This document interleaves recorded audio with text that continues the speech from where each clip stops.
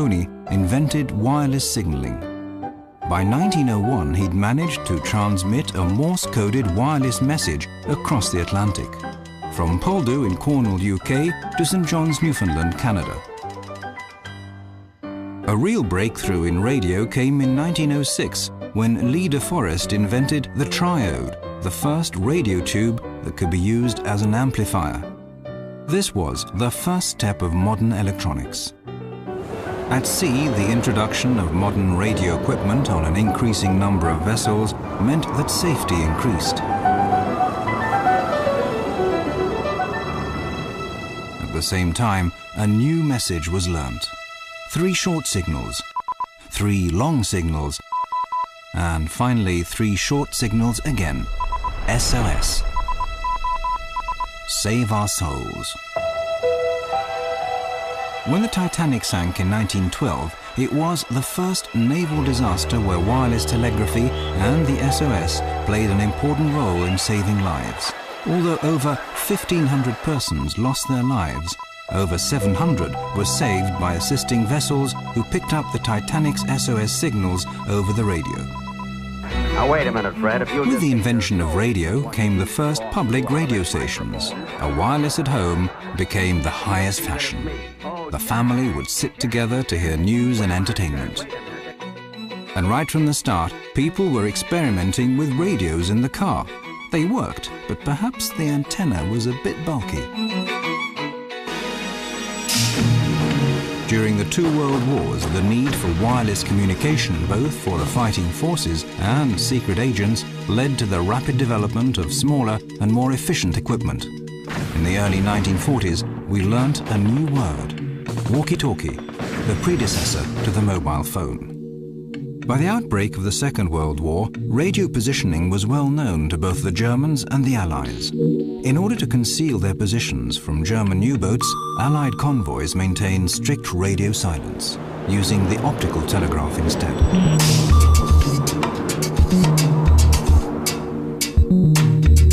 In the childhood of radio, the idea of building a mobile telephone was seen as more of a joke than a serious vision of the future.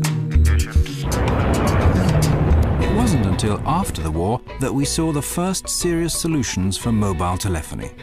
In 1956, the world's first automatic mobile telephone system, the Ericsson MTA, was introduced. With 1 base station in Stockholm and 1 in Gothenburg, it served a total of 25 subscribers, 19 of them in Stockholm. In 1981, the NMT system was launched in Scandinavia. NMT provided national coverage in both Sweden, Norway, Denmark and Finland. In those days, the telephones were still bulky, stowaway items, mainly intended for use in vehicles. It took almost another decade for mobile phones to shrink in size and weight, under half a kilo, and thus achieve pocket success.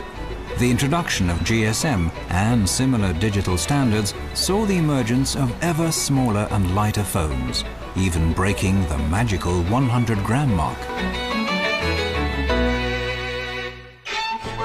GSM and short messaging service, more generally known as SMS, became a sweeping success on the mass market for mobile data traffic. In Sweden, with a population touching on 9 million, close to 500 million SMS messages were sent during the year 2000. SMS, however, is only the beginning. In the near future, your telephone will be able to do so much more, like play music, help you to book romantic dinners, or even help you make cash winnings.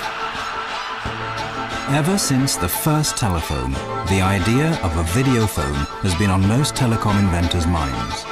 Well, now it isn't a dream anymore. In 1999, Ericsson demonstrated the world's first mobile video call. From 2001, 3G systems have started to blaze new trails all over the world. The video phone is just another example of how Ericsson made reality out of a vision.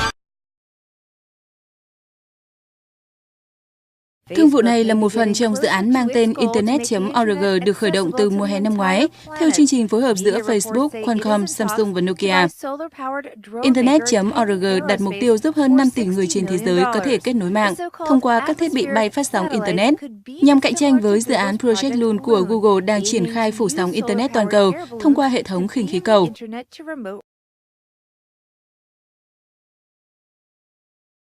Chào các bạn, mình đang ở khu vực mà Qualcomm họ trình diễn cái công nghệ WePower của họ. Đây là một cái công nghệ sạc không dây. Thì ở dưới này Qualcomm họ có một cái bàn sạc. Bàn này tạm thời thì đang hỗ trợ 3 cái thiết bị khác nhau. Sạc cùng lúc 3 thiết bị. Và cái WePower thì nó khác với lại cái chi mà chúng ta hay biết.